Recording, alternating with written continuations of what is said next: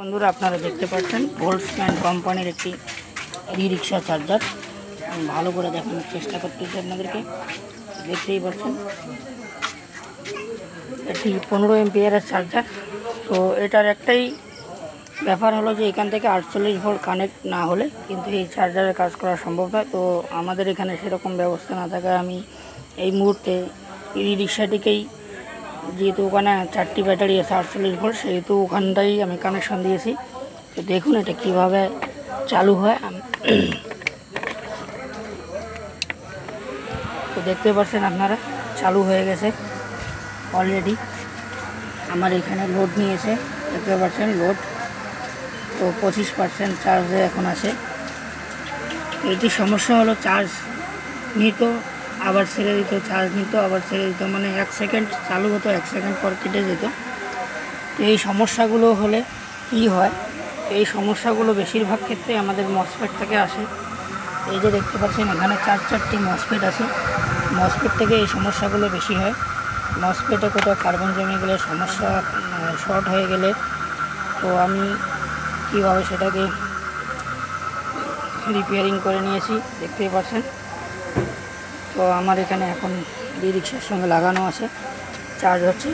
তো আমি automatic charger মানে চায়না চার্জারগুলো দিয়ে 39 ভোল্ট নিয়ে কাজ করেছিলাম। তো গাড়িতে যতক্ষণ না এটাকে লোডে দেখা যাবে ততক্ষণ কাস্টমারকে সঠিক কিছু বলা যাবে না। তো এখন আমি গাড়িতে যেহেতু লাগিয়ে দিছি চার্জের জন্য, ই-রিক্সাতে দেখতেই পাচ্ছেন।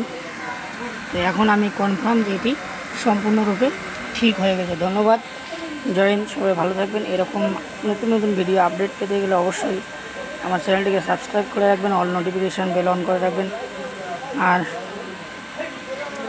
আমি আপনাদেরকে বিভিন্ন রকম কাজের অভিজ্ঞতা এরকমভাবে দিতেই থাকবো, কারণ যেহেতু আমি মাল্টিপল টেকনিক্যাল কাজ করি এবং মাল্টিপল টেকনিক্যাল আমি সবাইকে সেভাবেই মজবুতভাবে শেখার ইচ্ছা এবং আগ্রহ নিয়েই।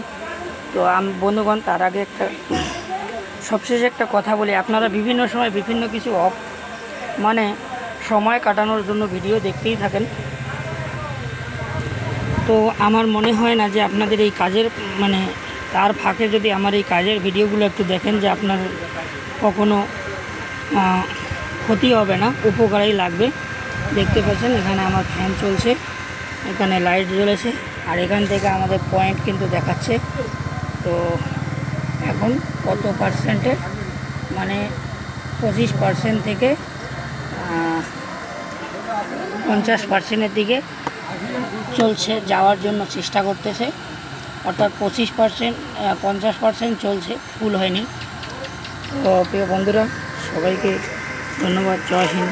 আপনারা এইভাবে আমাকে যদি একটু সহযোগিতা করেন, তো আমি আপনাদেরকে এভাবে নানা রকমের টেকনিক্যালি অভিজ্ঞতা এবং সলিউশন দিয়ে আপনাদের পাশে থাকতে পারবো, এই আশা রাখি। তো অবশ্যই আপনারা বেশি বেশি করে সহযোগিতা করুন। ধন্যবাদ।